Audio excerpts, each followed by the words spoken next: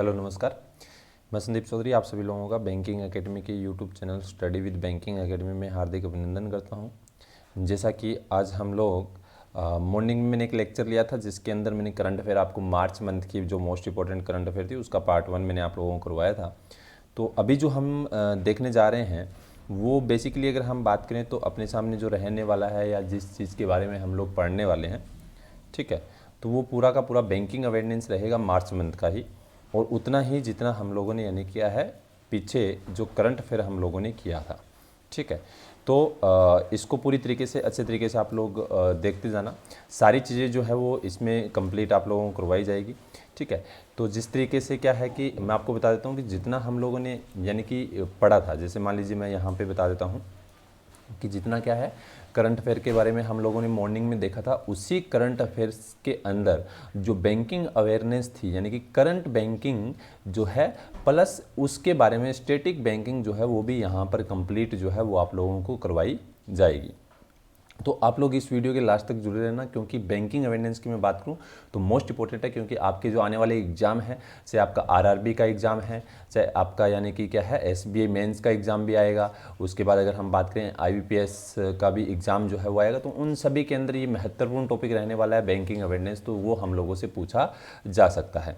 तो आप लोगों ने क्या है लास्ट तक जुड़े रहना है, एक एक चीज़ जो है वो साथ साथ में देखते रहना है, ताकि क्या है आपको कोई भी तरीके की प्रॉब्लम्स जो है वो ना हो।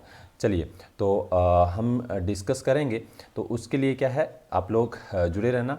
और हाँ, ये 2-3 चीज़ें मैं आपको बता देता हूँ कि जो चीज़ें यहाँ पर करवाई जा रही है उनको साथ साथ में क्या है आप अपने नोट्स जो है वो भी बनाते रहो ताकि क्या है कि एग्ज़ाम के अंदर हमें किसी भी तरीके की प्रॉब्लम्स जो है वो ना हो। चलिए, तो हम अपना जो करंट अफेयर है पूरा का पूरा वो एक बार देख लेते हैं।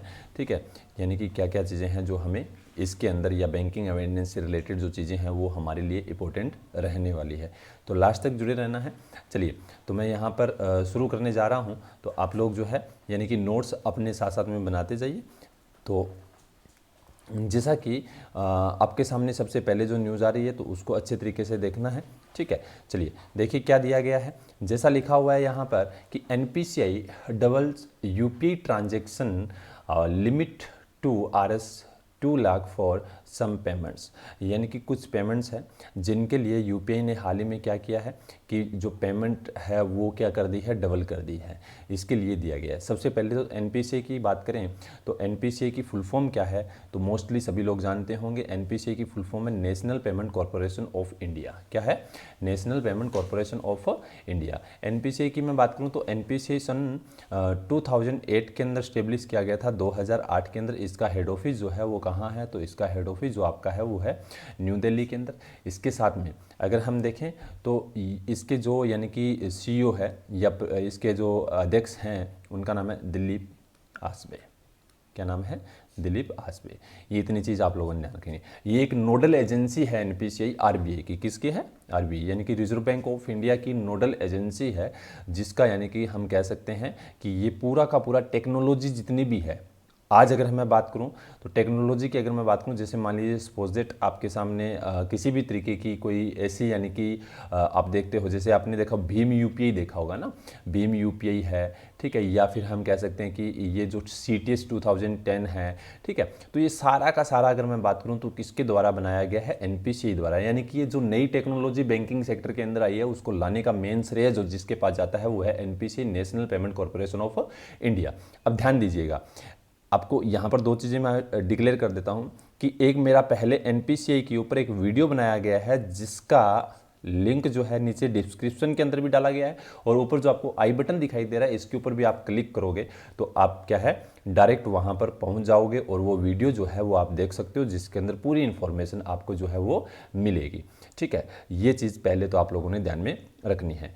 अब अगर मैं बात करूं कि ये एक्चुअल में क्या चीज़ है जिसके लिए यानी कि क्या क्या किया गया, ध्यान दीजिएगा कि हम ट्रांजैक्शन करते हैं तो कुछ ऐसे ट्रांजैक्शन हैं जो क्या है डबल कर दिए गए हैं। यानी कि पहले 1 लाख रुपए थे, अभी अगर देखें तो उनको क्या है 1 लाख रुपए से यानी कि 1 लाख से बढ़ाकर, ठीक है, 2 लाख रुपीज़ तक कर दिया गया है। कितने लाख रुपीज़ तक कर दिया गया है? 2। जैसे कि मान लीजिए कौन कौन से किस तरह के यानी कि क्या है डबल किए गए हैं, तो मैं आपको यहाँ पर बता देता हूँ। जैसे मान लीजिए क्रेडिट कार्ड है, ठीक है, या फिर लोन है, इंश्योरेंस है, ठीक है, म्यूचुअल फंड है, ठीक है। तो क्रेडिट कार्ड, लोन, है ना, इंश्योरेंस, ठीक है, और कोई भी तरीके का यानी कि जो फंड है वो यानी कि डबल कर दिया गया, जिनका क्या है, हम अब पहले 1 लाख रुपए तक ट्रांजैक्शन कर सकते थे, अब कितना कर सकते हैं उन भीम यूपीआई से, 2 लाख रुपए तक का ट्रांजैक्शन जो है हम कर सकते हैं।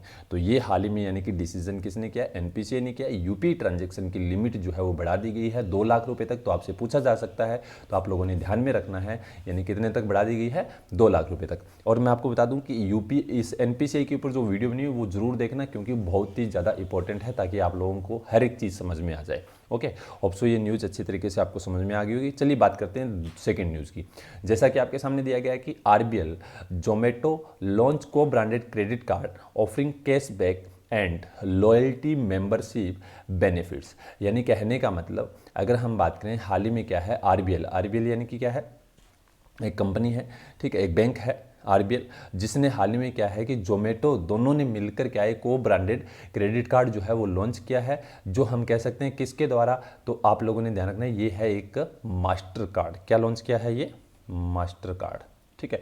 अब एग्जाम के अंदर क्वेश्चन क्या आ सकता है कि हाल ही में जोमेटो ने एक को ब्रांडेड क्रेडिट कार्ड कौन से बैंक के साथ मिलकर लॉन्च किया है cashback and loyalty membership benefits के लिए। तो आप लोगों ने ध्यान रखना है, ये लॉन्च किया है आरबीएल बैंक के साथ मिलकर, ठीक है। इतनी चीज़ होप्स आपको समझ में आई होगी। अब आगे बात करते हैं, अगर हम देखें तो ये एक तरह से कह सकते हैं को ब्रांडेड है, जो 2 वेरिएंट्स में रहेगा, एक एडिशन एंड एडिशन क्लासिक, 2 रहेंगे इसके, यानी कि 2 वेरिएंट्स रहेंगे। एक रहेगा आपका क्या, एडिशन,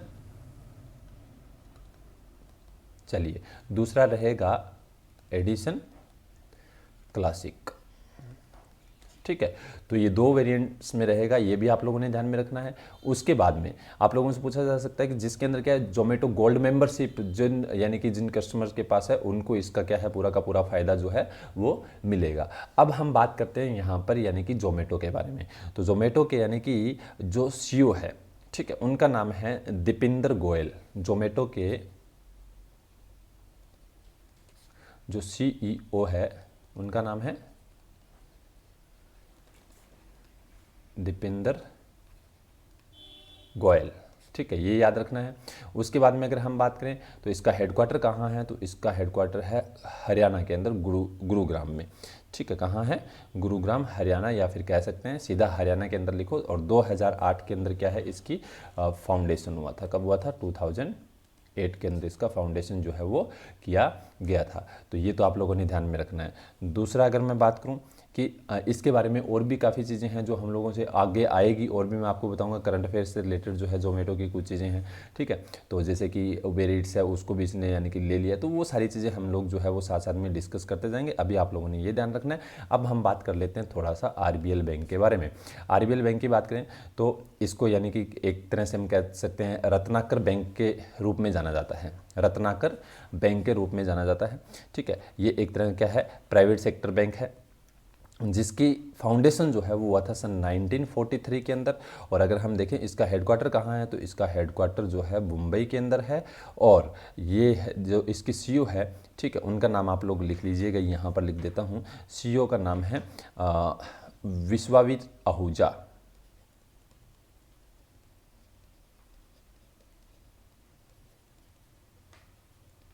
विश्वावीर आहूजा, ठीक है। ये आप लोगों ने ध्यान में रखना है। होप सो इतनी चीज़ आपके अच्छे तरीके से समझ में आ चुकी होगी। चलिए बात करते हैं नेक्स्ट न्यूज़ की।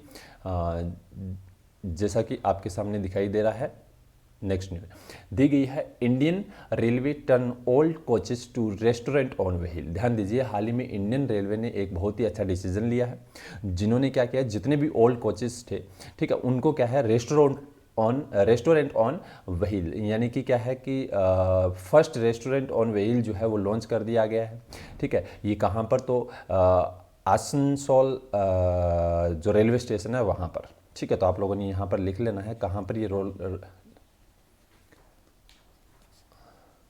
रेलवे स्टेशन, कहाँ पर, आसनसोल रेलवे स्टेशन जो है उसके ऊपर इसको लॉन्च किया गया है। अगर हम बात करें तो ध्यान दीजिएगा, ये एक तरह से हम कह सकते हैं जो पैसेंजर्स जो है वो उसका यूज़ कर सकते हैं, जनरल पब्लिक जो है वो भी यानी कि यहाँ की यूज़ कर सकती है, जिसके लिए यहाँ के मिनिस्टर ऑफ स्टेट है इन्वायरमेंट, उन्होंने यानी बाबुल सुप्रियो जो है उन्होंने इसको लॉन्च किया था। और अगर हम देखें तो ये आसनसोल जो है वो कहाँ है, तो ये वेस्ट बंगाल के अंदर है। कहाँ है, वेस्ट बंगाल के अंदर है। जैसा कि इसके बारे में ऑलरेडी हम पढ़ चुके हैं, इंडियन रेलवे जो है बहुत ही अच्छे तरीके से यानी कि क्या है, बहुत ऐसे रेलवे स्टेशन हैं, बहुत सारे ऐसे यानी कि क्या है जिनका नाम भी हाल फिलहाल चेंज किया गया था। ठीक है, तो उनके बारे में अगर हम थोड़ा डिस्कस करेंगे तो उसके अंदर भी क्या है कि हमें वो चीज़ें मालूम होनी चाहिए जो एक तरीके से क्या है, कुछ ऐसी चीज़ें जिनके बारे में एग्ज़ाम के अंदर हम लोगों से पूछा जाता होता है। जैसे मैंने आपको मॉर्निंग में एयरपोर्ट का नाम जो चेंज किया गया था वो मैंने आपको बताया था, होप सो आप सभी को याद भी होगा। ठीक है, आप सभी ने अगर अच्छे तरीके से यानी कि क्या है अगर उनको देखा है तो यहाँ पर थोड़ा सा हम बात कर लेते हैं कि ऐसे रेलवे स्टेशन जिनका नाम जो है वो चेंज किया गया था वो हम लोग देख लेते हैं, क्योंकि रेलवे की अगर न्यूज़ आ गई तो हम लोग क्या है थोड़ा डिस्कस कर लेते हैं। तो रेलवे स्टेशन की अगर हम बात करें तो ध्यान दीजिएगा कि ऐसे रेलवे स्टेशन जिनका हाल ही में नाम जो है वो चेंज किया गया हो, जैसे कि बेंगलोर रेलवे स्टेशन जो था, है ना, तो उसका चेंज, लेकिन वो अपने लिए इंपॉर्टेंट नहीं है। ठीक है, लेकिन हाँ एक रेलवे स्टेशन है ओशीवाड़ा, क्या नाम है, ओशीवाड़ा रेलवे स्टेशन है, उसका नाम चेंज करके हाल ही में राम मंदिर रखा गया है। क्या रखा गया है, राम मंदिर रेलवे स्टेशन जो है वो रखा गया है कहाँ पर, ये महाराष्ट्र में है। कहाँ है, महाराष्ट्र में है, ये आप लोगों ने ध्यान में रखना है। दूसरा अगर हम बात करें तो आप लोगों से पूछा जा सकता है मुगल सराय रेलवे स्टेशन जो है कौन सा है, मुगल सराय। कहाँ है मुगल सराय, पहले तो आपको मालूम होना चाहिए। ये मुगल सराय रेलवे स्टेशन जो है इसका नाम चेंज कर दिया क्या, पंडित दीनदयाल उपाध्याय रेलवे स्टेशन जो है वो किया गया उत्तर प्रदेश, है ना, तो ये भी आप लोगों ने ध्यान में रखना है। इसके साथ में अगर हम बात करें तो एक रेलवे स्टेशन है आपका मंदुआदी। ठीक, क्या नाम है, मंदुआदी। ठीक है, ये भी उत्तर प्रदेश में है। ठीक है, इसका नाम बनारस रेलवे स्टेशन कर दिया गया है, बनारस रेलवे स्टेशन कर दिया गया, तो ये भी आप लोगों ने ध्यान में रखना है। ठीक है, एक है आपका जो एक रेलवे स्टेशन मुगल सराय रेलवे स्टेशन जो उत्तर प्रदेश में था, उसका पंडित दीनदयाल जो मैंने आपको बता ही दिया था। ठीक है, तो ऐसे कुछ है बहुत सारे, तो आपको अभी तक इतने याद रखने ताकि क्या है एग्जाम के अंदर आए तो आपके लिए इंपॉर्टेंट हो। चलिए देखते हैं नेक्स्ट न्यूज़ क्या दिया गया। पेटीएम आर्म्स गेट IRDA यानी कि ईडाई ब्रोकरेज लाइसेंस। पेटीएम जो है उसको हाल ही में अगर हम बात करें, ठीक है, तो पेटीएम जो है उसको हाल ही में अगर हम बात करें तो पेटीएम इंश्योरेंस ब्रोकिंग सिक्योरिंग के रूप में, किसके रूप में, पेटीएम इंश्योरेंस ब्रोकिंग सिक्योरिंग। ठीक है, ये याद रखना है, पेटीएम सॉरी मैं यहाँ पर इसको वापस से एक बार लिख देता हूँ, पेटीएम इंश्योरेंस, ठीक है, ब्रोकिंग इंश्योरेंस ब्रोकिंग। ठीक है, तो ये क्या है, एक तरह से इसकी नई सब्सिडीज़ जो है वो बन गई है, जिसके अंदर क्या है इसको लाइसेंस मिल गया है, किस चीज़ का, यानी कि ब्रोकरेज का। जिस तरीके से आपने सुना होगा एंजल ब्रोकिंग है ना, तो उसी तरीके से अब क्या है पेटीएम भी क्या है ब्रोकिंग का काम जो है वो करेगा। जिसमें अगर हम बात करें ये किसने इसको दी है, ईडाई। ईडाई की फुल फॉर्म होती है insurance regulatory and authority of India, development authority of India होता है insurance regulatory and development authority of India. जो किस तरह का काम करती है, तो ये हम कह सकते हैं कि एक तरह की ऐसी कंपनी है जो इंश्योरेंस सेक्टर को देखती होती है। ठीक है, तो इसने यानी क्या है इसको इसका फाउंडेशन 1999 में हुआ था। ठीक है, हैदराबाद इसका जो है हेडक्वार्टर है किसका, ईडाई का। तो ये आप लोगों ने थोड़ा ध्यान रखना है। और पेटीएम को लाइसेंस जो है वो मिल गया है। तो पूछा जा सकता है ब्रोकरेज लाइसेंस हाल ही में अगर हम बात करें ईडाई द्वारा किसको दिया गया है, तो ये दिया गया है पेटीएम को। होप सो आपको इतनी बात समझ में आ गई होगी। नेक्स्ट न्यूज़ देखते हैं, Zomato buy Uber Eats India's for $206 million. ठीक है, यानी कि अगर हम बात करें जोमेटो ने हाल ही में उबेर ईट्स जो है उसको अपने अंडर ले लिया है या उसका अधिग्रहण जो है वो कर लिया है। जिसमें अगर हम बात करें जोमेटो जो है वो एक्वायर कर लिया है उबेर ईट्स को इंडिया जनवरी के अंदर, जिसमें ऑल स्टेक ट्रांजैक्शन जो थे वो एक तरह से हम कह सकते हैं 9.99% स्टेक जो है वो ऑनलाइन फूड डिलीवरी बिजनेस जो है वो पूरा का पूरा अपने अंडर में लिया। कितने में, तो $206 मिलियन के अंदर ले लिया है। ठीक है, तो ये हमें बहुत ही ज़्यादा इंपॉर्टेंट है। ठीक है, अगर हम बात करें सिर्फ उबेर की बात करें, उबेर एक अलग चलता है, उबर जिसको हम बोलते हैं, तो वो तो अगर हम बात करें तो कैलिफोर्निया का है, यूएसए का, ठीक है।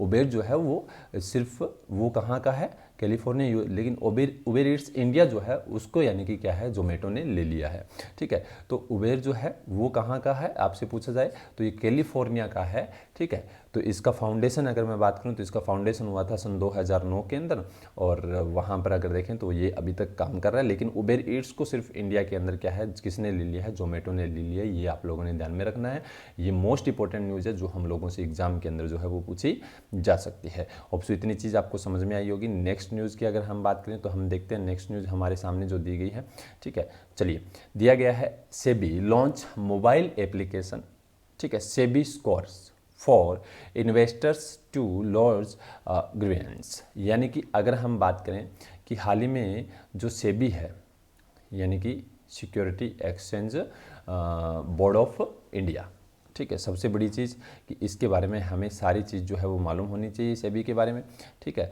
तो सेबी जो है यानी कि security exchange board of India, ठीक है, तो इसने हाल ही में अगर हम बात करें तो क्या किया है, एक मोबाइल एप्लीकेशन लॉन्च किया जिसका नाम रखा है सेबी स्कोर्स, ठीक है। किसके लिए, इन्वेस्टर्स के लिए। किसके लिए लॉन्च किया है, इन्वेस्टर्स के लिए लॉन्च किया। तो ये आप लोगों ने जाना कि इन्वेस्टर्स के लिए हाल ही में मोबाइल एप्लीकेशन कौन सी लॉन्च किया, तो सेबी स्कोर्स। अब security exchange board of India की बात करें तो ये क्या करती है इंडिया के अंदर, यानी कि जितने भी प्रकार के एक्सचेंज बोर्ड्स हैं, ठीक है, उनको यानी कि कंट्रोल करती है, जिसका फाउंडेशन हुआ था सन 1988 के अंदर इसका फाउंडेशन हुआ था, लेकिन पूरी तरीके से काम करना इसने शुरू किया था 1992 के अंदर, ठीक है। फाउंडेशन हुआ था 1988, काम करना शुरू किया था 1992 के अंदर, ठीक है। इसका हेडक्वार्टर जो है वो है मुंबई। कहाँ है, मुंबई, ठीक। इसके जो चेयरमैन हैं वो है अजय त्यागी, जिनका यानी कि मार्च के अंदर ही क्या है कि समय जो है 6 महीने के लिए बढ़ाया गया था। अभी आगे देखते हैं रहेंगे या नहीं, लेकिन अभी तक अजय त्यागी। अब ध्यान दीजिएगा कि ये क्या करता है कि जैसे मान लीजिए आप लोगों ने नाम सुना होगा NSE, national stock exchange, BSE, Bombay stock exchange, ठीक है। तो ऐसे यानी कि स्टॉक एक्सचेंज जो है वो उनको पूरी तरीके से कंट्रोल करता है, कौन से भी security exchange board of India, ठीक है। जो क्या करता है कि जो ब्रोकरेज वगैरह जितने भी यानी कि मार्केट के अंदर जितने भी तरह के यानी कि क्या है आपके सामने जो शेयर्स आते हैं तो वो सारे के सारे रजिस्टर्ड होते हैं, कहीं ना कहीं किससे लिंक होते हैं, सेबी से, ताकि वो क्या है कोई भी तरीके की धांधली हम लोगों के साथ ना करें, हमारा पैसा लेकर ना भागे, वो चीज़ें ध्यान में रखता होता है कौन, सेबी। जैसे आपने सुना होगा सहारा इंडिया का एक केस चला था, किसका चला था, सहारा इंडिया, है ना, वो पैसे लेके भाग गया था, तो उसको क्या है कि गवर्नमेंट ने, सेबी ने उसको थोड़ा टाइम दिया था कि आप अब लोगों का पैसा वापस कर दीजिए। एक पल्स नाम की कंपनी थी, वो भी पैसा लेके भाग गई थी, तो उनको भी यानी कि लोगों के पैसे थोड़े थोड़े उसने वापस करवाए भी थे। तो इसी तरीके से सेबी जो है वो यानी कि बहुत अच्छा काम करता है, और ये हम कह सकते हैं कि इसके बारे में थोड़ा हमें पता होना चाहिए।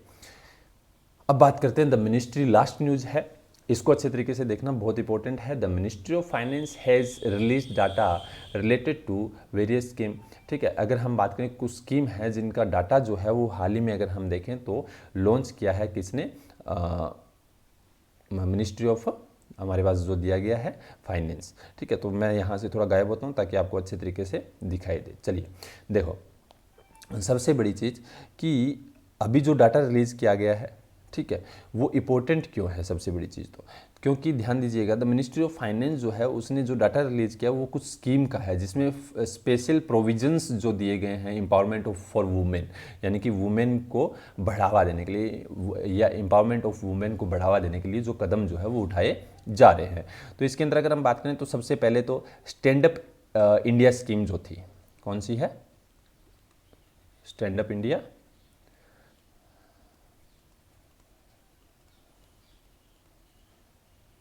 स्टैंडर्ड इंडिया स्कीम जो थी, ठीक है, जिसमें मोर देन 81% अकाउंट जो है, ठीक है, वो किसके हैं, वुमेन के हैं, ठीक है। ये उन्होंने बताया है किसके हैं, वुमेन के हैं, ठीक है। ये आप लोगों ने ध्यान में रखना है। दूसरा, प्रधानमंत्री मुद्रा योजना, यानी कि प्रधानमंत्री मुद्रा योजना जो थी, ठीक है, उसके अंदर भी अगर हम बात करें तो 70% जो यानी कि टोटल लोन बोरोवर्स है, कितना, 70% टोटल लोन जिन लोग मिला है वो किसको मिला है, तो वो भी वुमेन को मिला है, ये भी यानी कि इस डाटा के अंदर बताया गया है, ठीक है। तो लगभग यानी कि टोटल अगर लोन की बात करें 2.25 लाख करोड़ दिया गया, उसमें से 1.57 लाख करोड़ सिर्फ क्या है, वुमेन के लिए एक्सटेंड किया गया है या फिर उनको मिला हुआ है। ये आप लोगों को ध्यान में रखना है। प्रधानमंत्री जनधन योजना यानी कि प्रधानमंत्री जनधन योजना PMJDY, ठीक है, इसमें अगर हम बात करें तो 53% अमाउंट जो है वो बेनिफिशरीज के रूप में अगर हम देखें तो महिलाओं के हैं, ठीक है।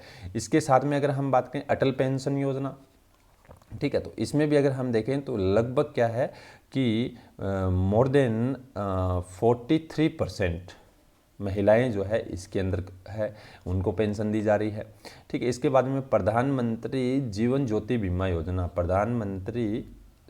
प्रधानमंत्री जीवन ज्योति बीमा योजना, इसमें अगर हम बात करें तो इसमें भी यानी कि क्या है 58.21% महिलाएं जो है उनको यानी कि फ़ायदा जो है वो मिल रहा है या फिर क्लेम जो है बेनिफिशरीज आर वुमेन्स, ठीक है। तो ये भी आप लोगों ने ध्यान में रखना है, ठीक है। और टोटल 40% महिलाएं जो है वो इनरोल की जा रही है। प्रधानमंत्री सुरक्षा बीमा योजना, प्रधानमंत्री सुरक्षा बीमा योजना, इसकी अगर हम बात करें तो इसमें यानी कि लगभग देखें तो 61.29% जो है, ठीक, इसमें से हाँ सॉरी इतनी महिलाएं जो है उनको यानी कि बेनिफिशरी जो है वो दी जा रही है। तो सबसे बड़ी चीज़, मैंने जितनी योजनाएं आप लोगों को बताई है ना, ये सर्च करके गूगल पे कहीं पे हर जगह मिल जाएगी, तो इनके बारे में पूरा आप लोगों ने देखना है। उसके बाद में ये करंट का जो डाटा है वो आप लोगों ने सारा याद रखना है। मोस्ट इंपॉर्टेंट है, एग्जाम के अंदर 100% पूछा ही जा सकता है और हमें इसके बारे में पूरा नॉलेज भी जो है वो होना चाहिए। ये लास्ट न्यूज़ थी। होप सो आपको इतनी सारी चीज़ें समझ में आ गई होगी। ये 20 से 25 मिनट का सेशन जो वो रहा है, इसके अंदर क्या है कि जो मैंने मॉर्निंग में जो पार्ट करवाया था करंट अफेयर का, उसी में से इंपॉर्टेंट बैंकिंग की को जो टर्म्स थी, बैंकिंग के बारे में कोई क्वेश्चन थे, वो आप लोगों को यहाँ पर करवाए गए हैं। तो आप लोग जो है इसका पूरी तरीके से एक बार इसको रीड आउट कर लीजिए, अच्छे तरीके से देख लीजिए। इससे बाहर कुछ भी पढ़ने की आवश्यकता नहीं है। बाकी आगे आगे जैसे हम बढ़ते जाएंगे बैंकिंग के बारे में और भी बहुत सारी नॉलेज, बहुत सारी चीज़ें जो है हम लोग पढ़ते जाएंगे। Thank you so much. इस वीडियो को शेयर जरूर करना।